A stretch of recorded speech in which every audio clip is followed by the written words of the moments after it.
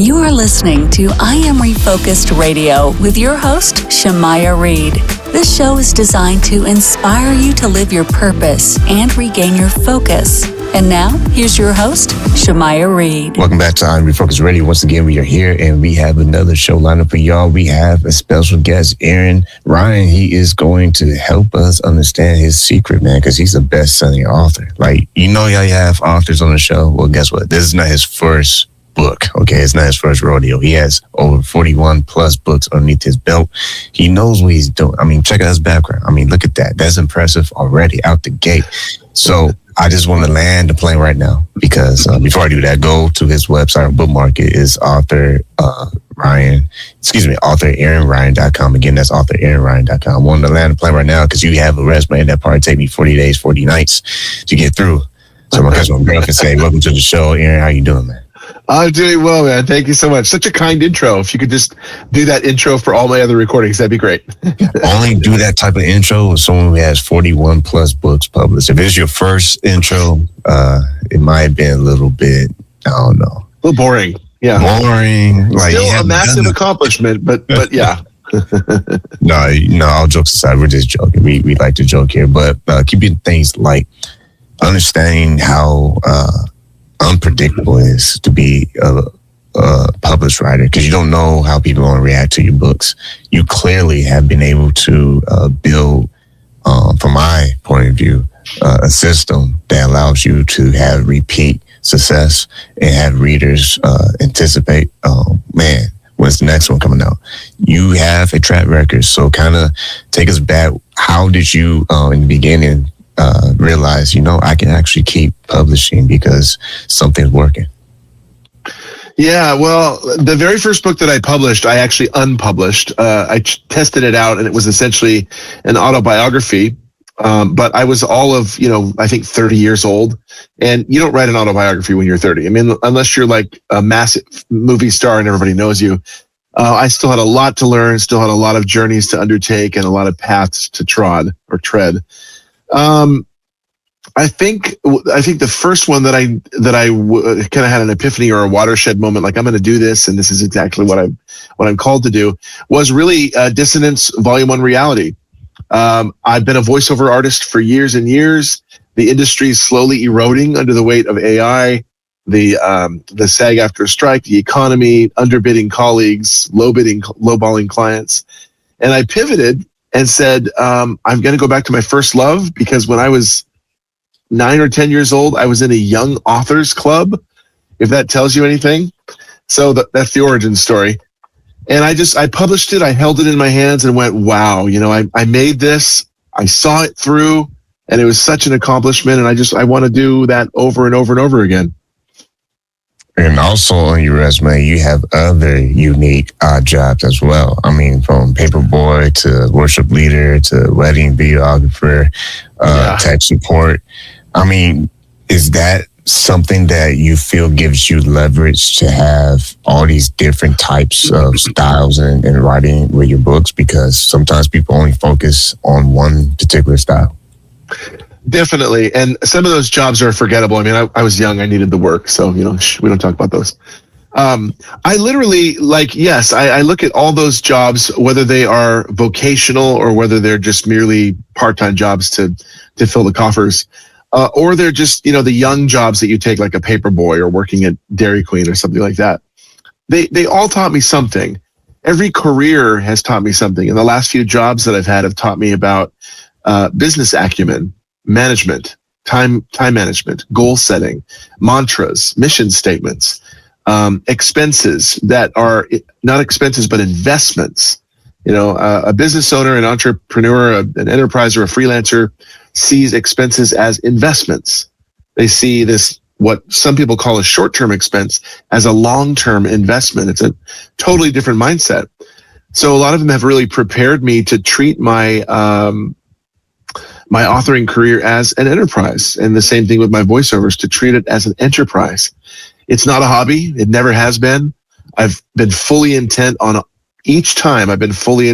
just taking this to the limit of where it can go, and seeing it through But I know in my heart, and I've known for some time, I'm a storyteller at heart, and that's what I'm called to be. So a lot of those careers, unsurprisingly, have been all about telling stories. You mentioned AI earlier, and I want to talk a little bit about that because, that's something we can't escape. Everybody's talking about it. So we're going to do our part two.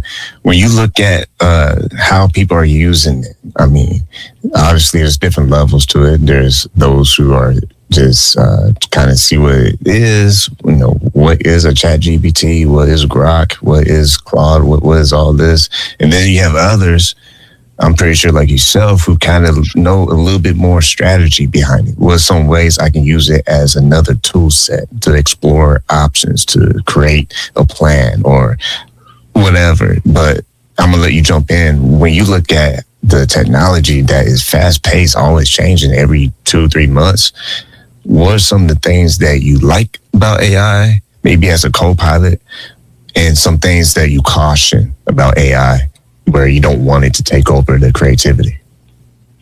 Yeah, it's such a polarizing and incendiary topic still. AI is not something that I'm fond of at all. In fact, I'm staunchly opposed to it. I've seen the erosion of my own industry and career almost singly due to AI. And you can pinpoint the steady erosion to the advent or the foray into the market of AI in the spring of 2023 with Chat GPT and OpenAI.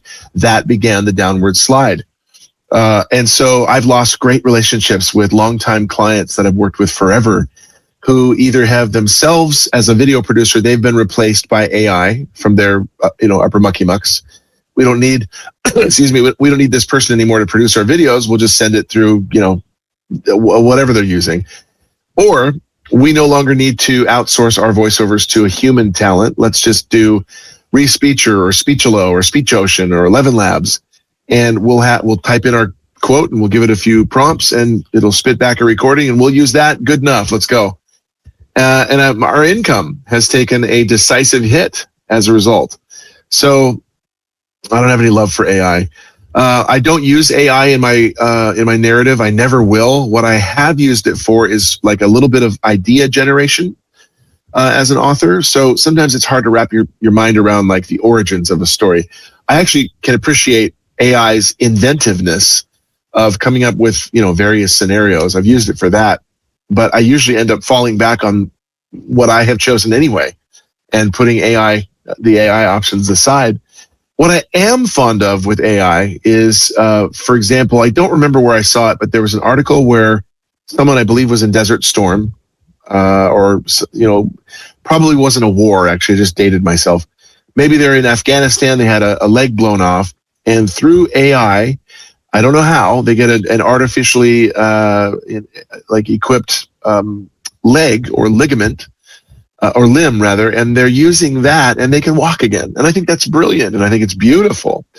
But when it's used to supplant the creative gift that is God-given, and when it's used for us to just lazily outsource our ingenuity and our creative gifts to a chip, I take umbrage with that. I'm not a fan of that.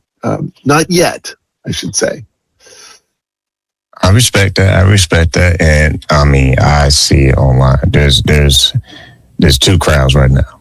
There's ones who aside that they absolutely no, I'm not going down that road. I'm not going in that room. And then there's others where it's like, oh man, I need it. And I think there's a fair take to say that having a healthy appetite is going to be good for the future, because I think from a creative myself in audio world, there's so many tools out there that expedite the tasks where it's boom, boom, boom. We can get a lot done and we can carry on more projects and collab on deeper levels. But to your point, I agree fully what you're saying from the human standpoint. When it starts to take away people's jobs, I mean, I don't know. It's kind of like that's a study that needs to be continued, a case study or research, because one can argue, well, it can open other jobs. Because to your point with the military person, Imagine how many jobs that is creating in the future. Mm-hmm. So there's fair takes to take on both, but I definitely agree with you, Sue. Agree with you on the point on the human side. When we lose that soul, that's a problem. And I think that is something that will probably be a problem because there are amateurs out there who depend on it to where we get this quote unquote AI slop. Mm-hmm. But those who use it as a strategy, it's a difference there. And I think more of that will be kind of welcoming in the future because it's like music and movies. We went from Blockbuster to DVDs, Netflix, on-demand streaming, and there could probably be some points there made too, but no one's really talking about VHS anymore. I don't hear anybody talking about, man, give me my VCR back. You see what I'm saying? So there's going to be a lot of room. Like, this is going to be a topic. I didn't want to go this deep into it, but there's going to be some topics like this in the future because I think responsible usage of it is key. I think it's absolutely the right way. AI is an unregulated Wild West right now. There's no legislation. I mean, the legislation has not caught up with the usage or the infringement. It's responsible for the dumbing down of society through the slop you're talking about and the reels.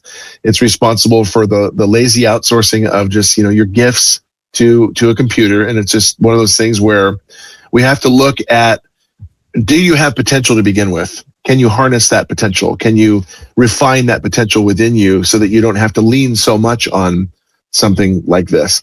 But it is a tool. I totally agree that it is a tool and it needs to be used responsibly. I mean, I nodded my head vigorously because just like the internet itself, just like so many tools that have evolved down through time, you have to use them responsibly.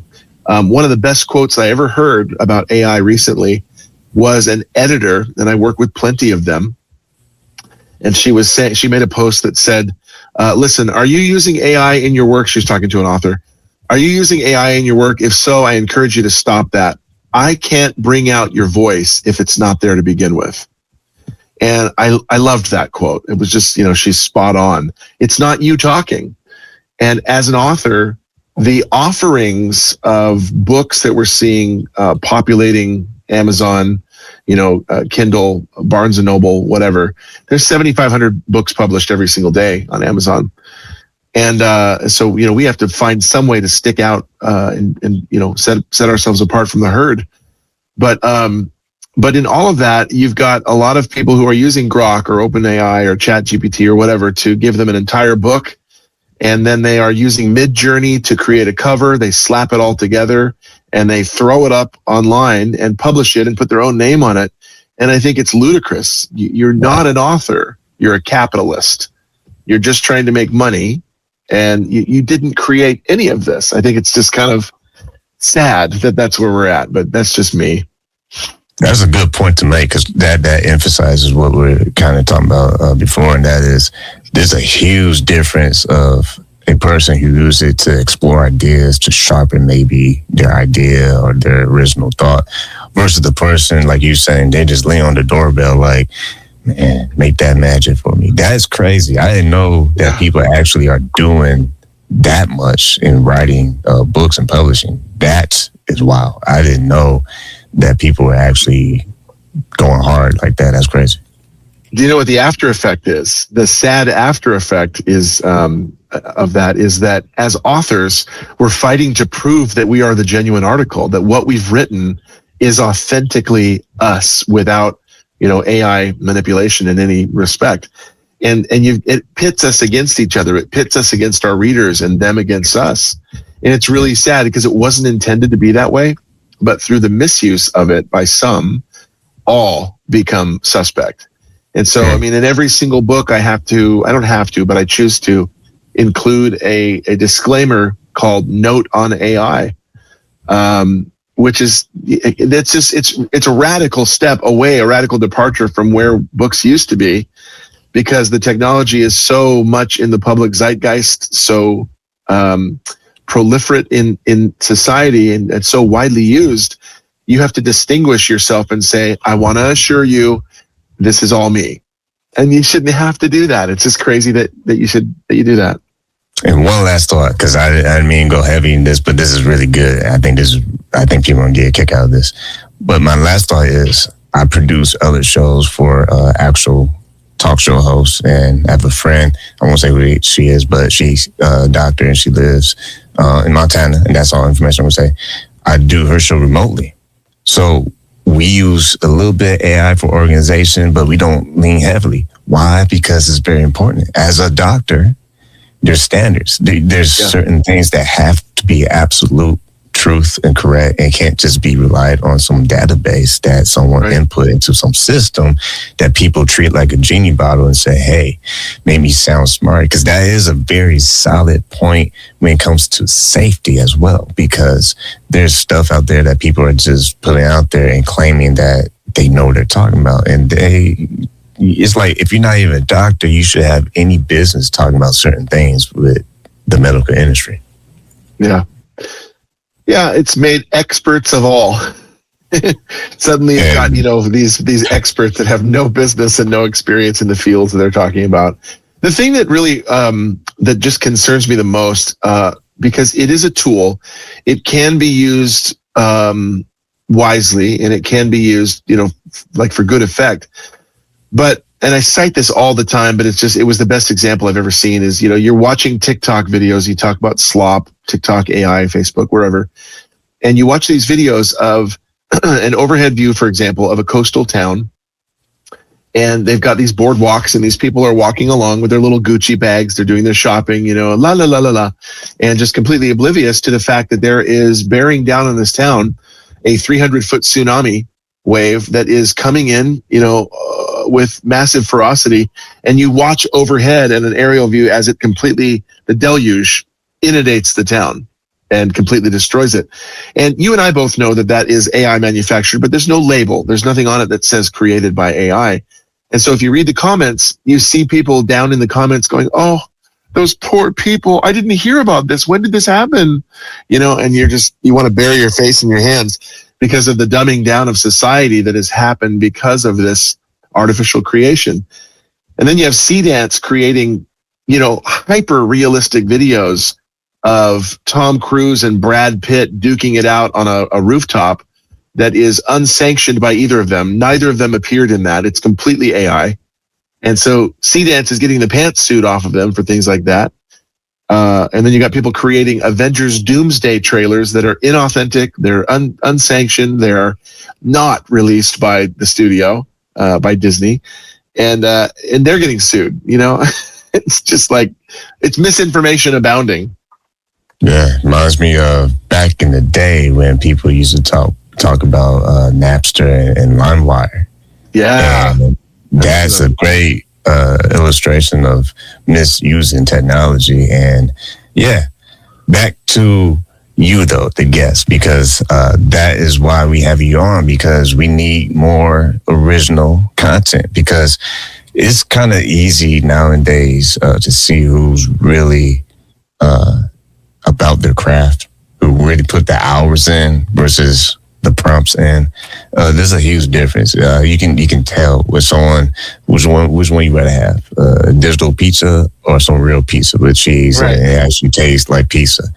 So back to you. Let's circle back to you as an author. When you look at how you plan working on a project, I heard stuff from like John Maxwell, how when he was early on writing his books, he used to have his team create binders, and they would create, bit by bit with these binders as these topics, and that's how he's able to formulate his books.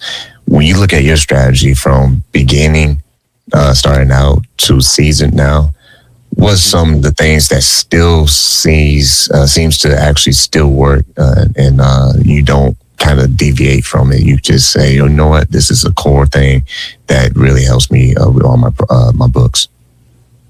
Yeah, well, so traditionally there are two styles of writers, and one is a planner.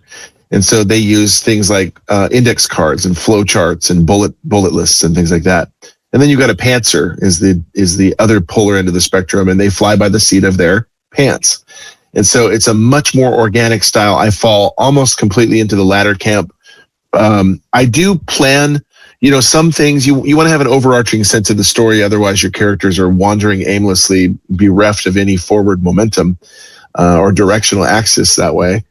And I like the fact that, that you do have an outline, like that. But what I typically like to do is I'll shoot from the hip, and it's almost like a ready, fire, aim, type of approach.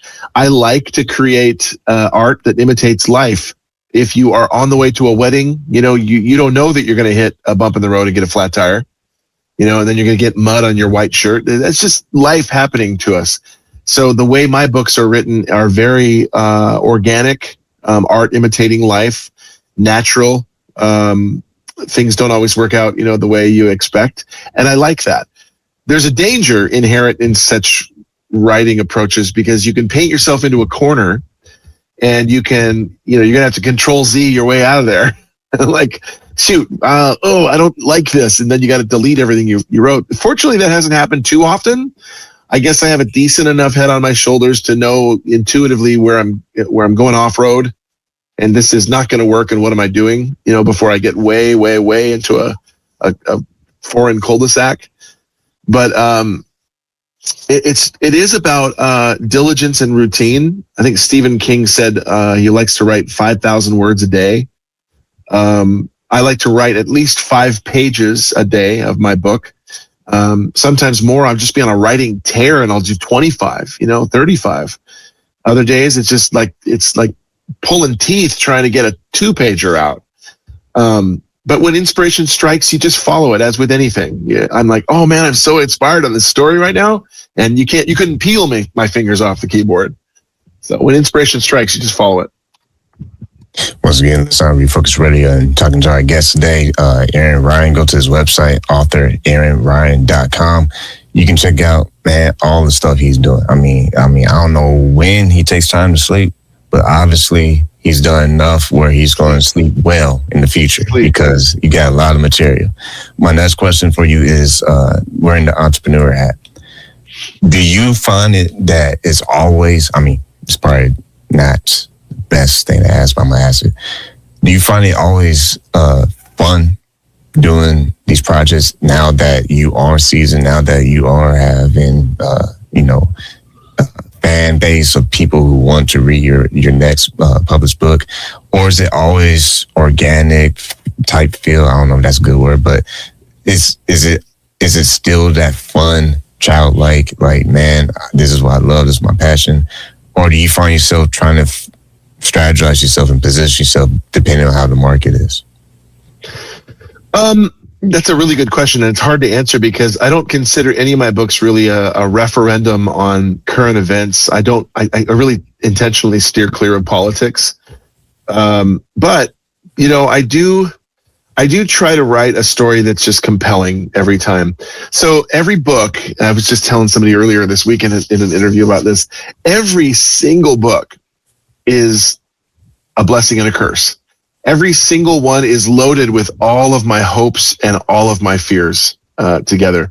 Hopes that it's going to do well. Hopes that it'll inspire people, that it'll whisk people away, take them out of the present reality and some of the harsher elements thereof, and go on an adventure. Right? That's the whole point of a fictional novel. It doesn't always work, for everybody. You just can't please everyone, nor should you try. But the fear is that it's going to fall flat, that it'll maybe get close to bestseller status, or it'll hit bestseller status, and then it'll drift back into obscurity, which has happened a number of times with my books. You get peaks of great amounts of sales. You get dry spells, and barren plains of crickets. Both are exciting, but you have to be willing to ride each wave. And the hard thing is deciding not to pull out just because your sales aren't there. Many times I've said, I think I'm supposed to quit. I think I'm supposed to not do this, just really plug in more and press in more into voiceovers. But I have a big patience problem anyway. I already know that about myself, and a friend of mine is kind enough to frequently remind me of that. I have to be patient and wait, because I have no idea what influencer out there is going to maybe buy one of my books and go, oh my gosh, this guy's amazing, and you need to go buy his books. I just read this one and I'm about to read the rest. And then all of his followers go and buy my books, and then they tell people, and then they tell people, and it becomes viral. Until then, it's just doing the grind, doing the hustle, and enjoying it. But strip all that away, I have to create. I have to create a story. I'm innately a storyteller. So each book is, I consider it a calling, I guess, if that answers your question, in a really, verbose kind of way. No, it does, because, what you said is very relatable to just life in general, or anybody you pick, your career or your business. I'm sure someone out there is going to relate to what you just said, because no matter what thing you do, whatever is your thing, it's going to have a challenge, period. If it doesn't have a challenge, call me. Because everyone's looking for that easy button. Everyone's looking for that microwave success where it's like, let me just press this magic button. Let me just put this one magic prompt and all my troubles will fade away. That's not real life. That's a book series of some interesting way of thinking about life. But that's not reality of a human life. We always going to have a situation where whatever we like to do professionally, that challenge is actually an opportunity. Talk about this show, for example. We started from a barbershop in 2017, a cheap mixer and 2 mics. Wow. In 2026, mind blown. I don't need to say nothing. Just go to I'mRefocusRadio.com. You see all the amazing people who are sharing their life purpose and their life challenges and how they went from A to Z. What great moment can you have? I'm going to throw it back to you, because this is going to be my last question for you. Knowing everything that we just said, especially for the viewer and the listener, I appreciate you all that tune into this show. Speak to that part about success as a business person, understanding that even if there are dry seasons, is it possible that those dry seasons are actually preparing you and positioning you for a better season? Because if you don't act now, then you're probably going to miss this opportunity of discipline, this opportunity of reflection, this opportunity of, I need some thick skin. Because when you have a challenge, life, we just talked about this in before we record, life has a way to give you humble pie. And when you think you know it all, you got it all figured out, here comes that rain, here comes that storm. And it's not bad. It's how you get through it. Yeah. No, that's great. That's poignant. I'm a Christian, so I'll say that freely. The Bible talks so much about perseverance, and perseverance must finish its work so that you may be mature and complete. It's a verse out of James. I find that I pray that every single day as one of my own prayers, that I would just be, continue to persevere, because it's so easy to give up. Your dreams don't manifest or materialize as quickly or as microwavedly as you'd like them to. Dreams are best cooked in a crock pot, not a microwave. They just take a long time, and the best ones take a long time or a longer time. You have to be willing to just kind of ride it. I remember before I even got into business, we're talking back in 2007, I could feel it in my teeth. I wanted it so bad. I wanted self-employment so bad. I wanted to get out from under the thumb of the 9-to-5 managers and the rat race, and working for someone else's dream. Everything I was doing, however, was malfunctioning. So my computer was malfunctioning. My tape decks were malfunctioning. I was doing multimedia at the time, and I was so ready to quit. And I remember a client of mine who I was doing some graphic design for at the time. He said, the temptation to quit is always greatest just before your greatest success. And I think he quoted Confucius on that. And it is absolutely true. The perseverance factor, you have to keep going. There's another great story about this airplane called the Lucky Bill in World War II. And it was trying to drop munitions or, supplies to somebody, got riddled with bullets, absolutely riddled with bullets. There was no logical reason why it stayed aloft. When it landed, they did their analysis and their examination on the plane. It was just, pocked with holes all the way front to back, aft to stern, or bow to stern. And they determined that it had more structural integrity than it had bullets to bring it down.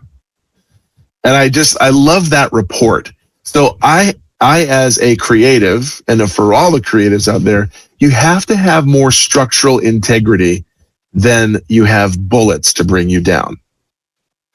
I was given a phrase by a former casting agent and now entrepreneur. She said, someone's endorsement of you, or lack thereof, has very little to do with your trajectory.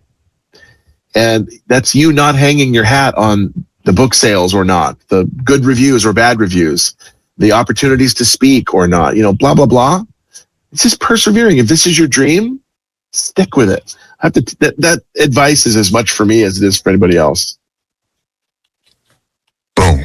I mean, I can wash my hands and go home. On that note, how can people stay in touch with you? Because I didn't want to touch it. That's so good. I'm gonna listen to it this weekend. So if someone's watching this and listening to this and they're like, man, I got inspired too. How can I stay in contact with this guy and follow him online? What's the best place that they can find you on social media, or if it's just your website? Yeah, well, the website is authoraaronryan.com. They can go there. But if they're looking for more engagement, they can go to authoraaronryangroup.com, and that'll forward you to the Facebook group. It's private and exclusive. There's no scammers. There's no spammers. And I will post in there about books, progress, new releases, upcoming appearances, news on my screenplay adaptations I've had done for the books, and they're being pitched to streaming networks right now. Discount codes, giveaways, and if you are an author, and even if you're not, if you're a creative and you're looking for inspiration, some of this stuff will pertain to you too.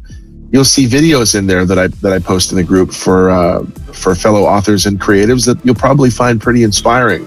So authoraaronryan.com or authoraaronryangroup.com.